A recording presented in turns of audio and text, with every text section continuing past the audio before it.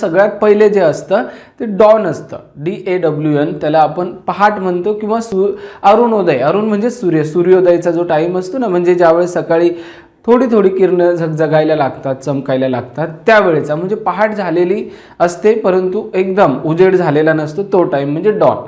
त्यानंतर मॉर्निंगचा टाईम म्हणजे कोणता? मॉर्निंग म्हणजे सकाळी 6 नंतरचा जवळपास टाईम, तर दुपारी नूनपर्यंतचा म्हणजे मध्यान्ह, ज्यावेळेस सूर्य डोक्यावर येतो तोपर्यंतचा टाईम म्हणजे मॉर्निंग.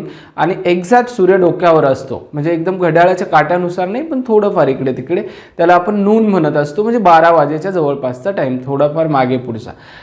त्यानंतर 12 नंतर म्हणजे नून नंतरचा टाईम म्हणजे आफ्टरनून, बरोबर. आफ्टर म्हणजे नंतर, मग आफ्टरनून म्हणजे कोणता? तर 12 12:30च्या नंतरचा जवळपासचा टाईम, तर संध्याकाळी 4 वाजेपर्यंत, 4च्या थोडंफार पुढे पण जातो हा टाईम. हा सूर्यानुसार चालतो, घड्याळाच्या काटानुसार नाही, म्हणून त्याला आपण आफ्टरनून म्हणतो. संध्याकाळी जवळपास 4 वाजले किंवा 4च्या थोडंसं पुढे गेला टाईम किंवा सूर्य थोडासा झुकला, त्यावेळेला आपण इंग्लिशमध्ये डस्क म्हणतो, DUSK. डस्क जो असतो तो संध्याकाळी 5च्या जवळपासचा टाईम, थोडा मागे थोडा पुढे.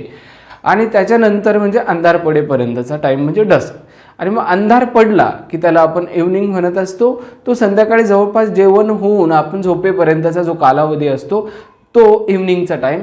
आणि ज्यावेळेस आपण झोपायला जातो तेव्हापासून तर सकाळी पहाटेपर्यंतचा टाईम त्याला आपण नाईट म्हणत असतो आणि पुन्हा डॉन सुरू होतं. व्हिडिओ आवडला असेल तर लाईक करा.